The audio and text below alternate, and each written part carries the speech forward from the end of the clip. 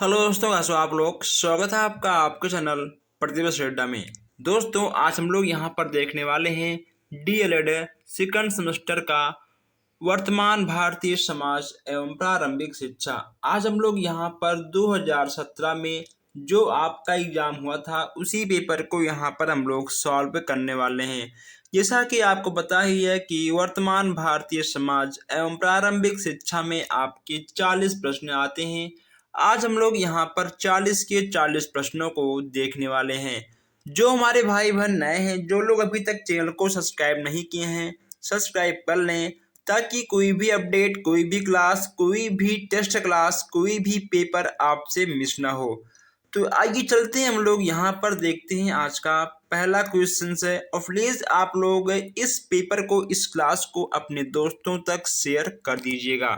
देखिए यहाँ पे आपको दिख रहा है वर्ष 2017 की परीक्षाओं के प्रश्न हल सहित। यहाँ पे आपको सॉल्व किया हुआ क्वेश्चन मिलेगा, ना कि अनसॉल्व। ठीक है, सॉल्व से क्या होगा कि आपको प्रश्नों का उत्तर भी देखने को मिल जाएगा। उसके बाद आपको कुछ आइडियाज भी लग जाएंगे कि आखिर आपके प्रश्न एग्जाम में कैसे आते हैं।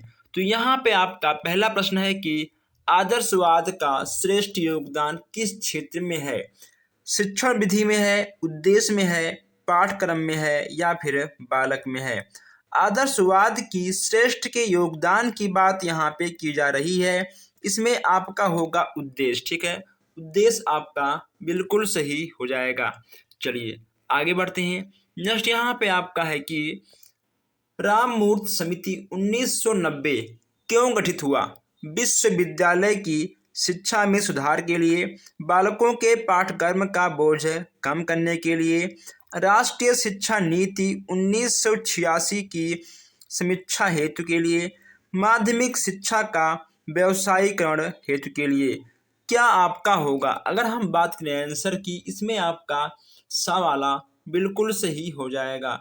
राधा कृष्णन आयोग की संततियां संबंधित है उच्च शिक्षा में, माध्यमिक शिक्षा में, प्राथमिक शिक्षा में या तकनीकी शिक्षा में। इसमें आपका क्या होगा। इसमें आपका उच्च शिक्षा यानी आपका आ वाला बिल्कुल सही हो जाएगा।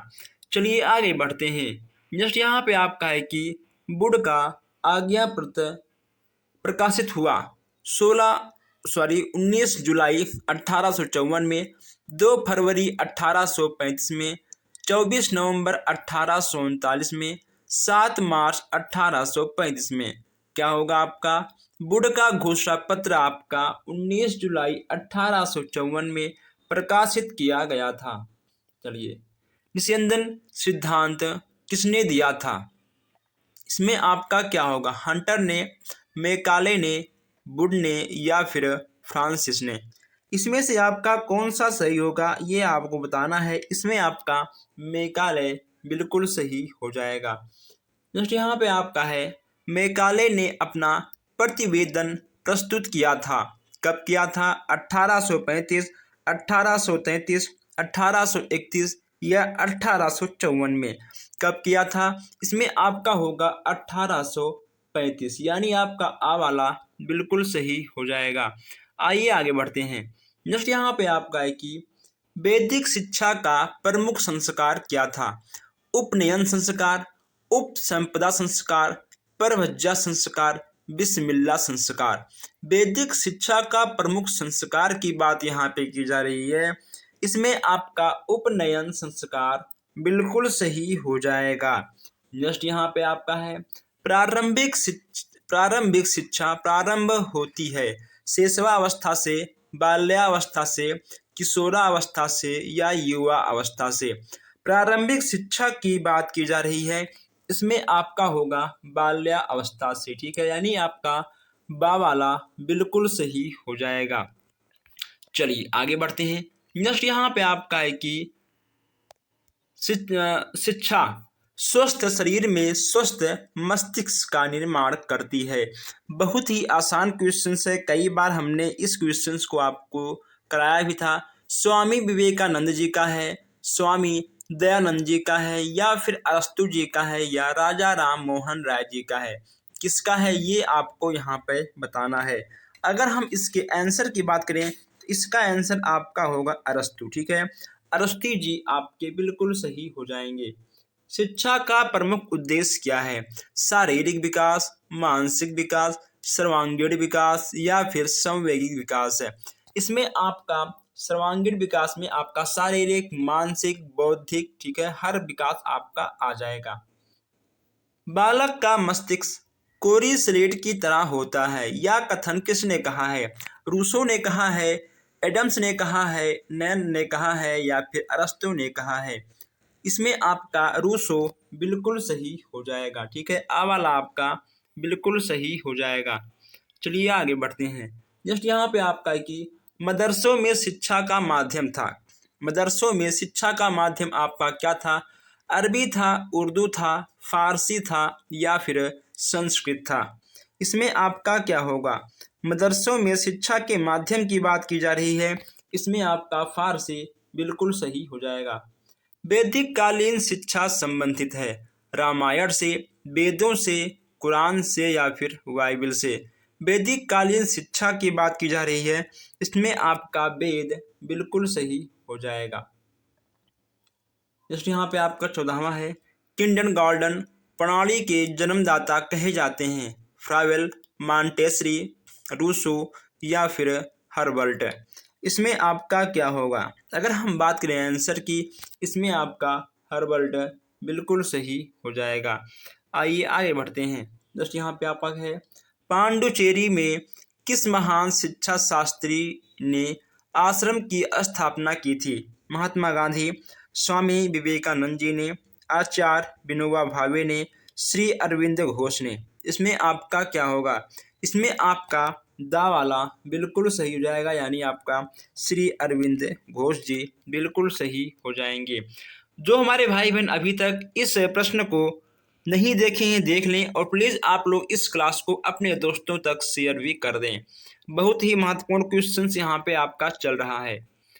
16वां आपका है कि पाठशाला को बाग, शिशु को पौधा और शिक्षक को माली कहने वाले विचारक का नाम क्या था? यानी किसने पाठशाला को बाग और बच्चों को पौधा, शिक्षक को माली के रूप में माना है? आपके हो जाएंगे फ्रावेल महोदय। प्रयोजनवाद किसमें आस्था नहीं रखता है? प्रयोजनवाद ईश्वरीय सत्ता में आस्था नहीं रखता है। जस्ट यहाँ पे आपका कि शिक्षण विधि के जनक कौन है? शिक्षण विधि के जनक आपके अरस्तु महोदय जी हैं। जस्ट यहाँ पे आपका है, प्राकृतवाद को दूसरे किस नाम से जाना जाता है? भौतिकवाद के नाम को प्राकृतिकवाद के दूसरे नाम से जाना जाता है। फ्रावेल ने किंडरगार्टन कब प्रारंभ किया था? 1839 में फ्रावेल ने किंडरगार्टन का शुभ आरंभ किया था। ऐसे ही प्रश्न आपको एग्जाम में देखने को मिलेंगे। आप अपने प्रश्नों के मॉडल यहाँ से देख सकते हो। आइए आगे बढ़ते हैं। जस्ट यहाँ पे आपका है कि समाज में प्रमुख कार्य लिखिए। समाज के प्रमुख कार्य आपके कौन कौन से हैं? देखिए दोस्तों, समाज के प्रमुख कार्य, समाज बालकों के लिए शिक्षा संस्थाओं की स्थापना करता है, उन संस्थानों को चलाने के लिए उनकी वित्तीय सहायता भी करता है। जस्ट यहाँ पे आपका है, मूल्य का अर्थ लिखिए। मूल्य, मूल्य शब्द का शब्दकोशीय अर्थ है व्यक्ति या किसी वस्तु का ऐसा गुण जिसके कारण वह महत्वपूर्ण, सम्मानीय तथा उपयोगी सिद्धांत हो जाए। जस्ट यहाँ पे आपका है कि बाल अपराधों के प्रमुख बिंदु कितने प्रकार के होते हैं? गरीबी, भूखमरी, अशिक्षा, उचित वातावरण का ना मिलना, जागरूकता में कमी, ये सब कहीं ना कहीं आपके बाल अपराध के मुख्य बिंदु के रूप में आ जाएंगे। बहुत ही अच्छा प्रश्न यहाँ पे देखिए, कलकत्ता मदरसा किस सन में खुला था? सन 1781 में प्रथम गवर्नर जनरल वारिंग हेस्टिंग द्वारा कलकत्ता मदरसा खोला गया था। जस्ट यहाँ पे आपका है, बनारस संस्कृत कॉलेज कब और किसके द्वारा प्रारंभ किया गया है?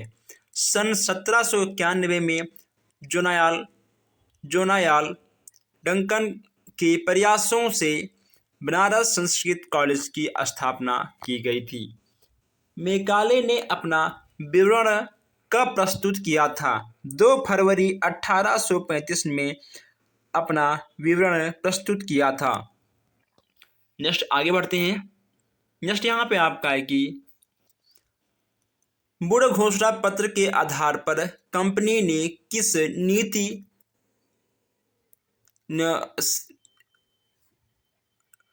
कब घोषणा की थी? यानी यहाँ पे आपको बताना है कि वुड घोषणा पत्र के आधार पर कंपनी में शिक्षा नीति का कब घोषणा किया गया था? यह था आपका 19 जुलाई 1854 में। कब था?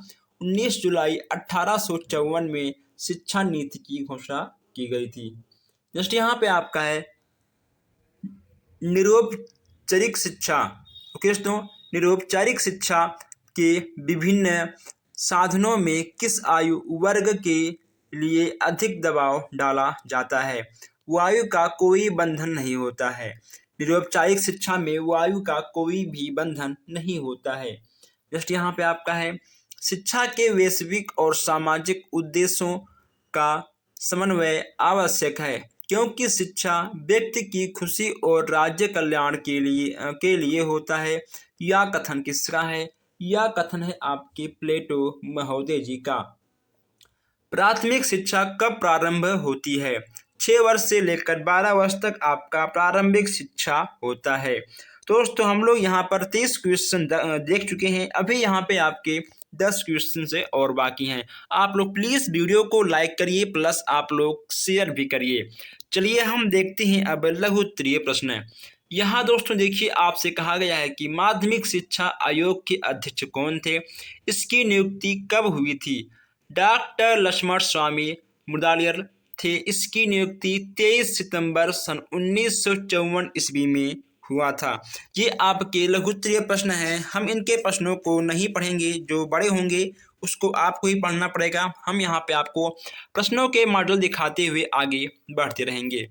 जस्ट यहाँ पे आपका है हंटर कमीशन की विशेषता क्या थी? अब यहाँ पे आपको हंटर कमीशन की विशेषता से भी क्वेश्चंस मिल जाते हैं। ठीक है, आयोग ने शिक्षा का उत्तरदायित्व भारतीयों को देने का सुझाव दिया, जिससे देश में राष्ट्रीय चेतना जागृत हुई। ठीक है, नेक्स्ट यहाँ पे आपका कि वुड के घोषणा पत्र के 4 कौन कौन से दोष हैं? ये आपके 4 दोष यहाँ पे आपको दिख जाएंगे। इसको आप वीडियो रोक कर पढ़ लीजिएगा, इसका भी स्क्रीनशॉट भी खींच लीजिएगा। अगर हम इसको पढ़ेंगे तो काफ़ी लंबी क्लास बन जाएगी। हम नहीं चाहते हैं कि काफ़ी लंबी क्लास बने। नेक्स्ट यहाँ पे आपका है कि मेकाले को भारतीय शिक्षा का अग्रदूत माना जाता है। लिखिए किस लिए माना जाता है? यहाँ पे आपको 2 से 3 पॉइंट लिख देना है, आपको 2 नंबर मिल जाएगा। मिशनरी स्कूल की विशेषता क्या है? अब यहाँ पे आपको मिशनरी स्कूल की विशेषताओं के भी 3 पॉइंट देखने को मिल जाएंगे। ठीक है, चलिए सर्व शिक्षा अभियान के अंतर्गत 31 मार्च 2009 में कुल कितना खर्च हुआ था? अब दोस्तों यहाँ पे देखिए कितना खर्च हुआ था। 13,328.79 करोड़ रुपया खर्च हुआ था 31 जुलाई 2009 में, जब सर्व शिक्षा अभियान स्टार्ट हुआ था। बाल अपराध कब और किसने निर्धारित किया? अब यहाँ पे बाल अपराध से भी क्वेश्चंस आपके आ जाते हैं। दोस्तों बाल अपराध के साथ साथ यहाँ पे आपको 3 क्वेश्चंस और देखने को मिल जाते हैं। राष्ट्रीय एकता प्राप्त करने हेतु साधन बताइए। अंतर्राष्ट्रीय एकता बनाने के अध्यापक की भूमिका बताइए। मूल्य का अर्थ भी यहाँ पे आपको बताना होगा। ये थे दोस्तों आपके 40 प्रश्न हैं। अगर किसी भी प्रश्न में आपके कोई भी डाउट हो, आप हमसे बेहिचक व्हाट्सएप या कमेंट बॉक्स में पूछ सकते हैं। तो दोस्तों बस आज के लिए इतना ही। हम मिलते हैं फिर आपसे नेक्स्ट क्लास में, और प्लीज़ आप लोग इस क्लास को अधिक से अधिक लाइक भी करिएगा और शेयर भी करिएगा। धन्यवाद।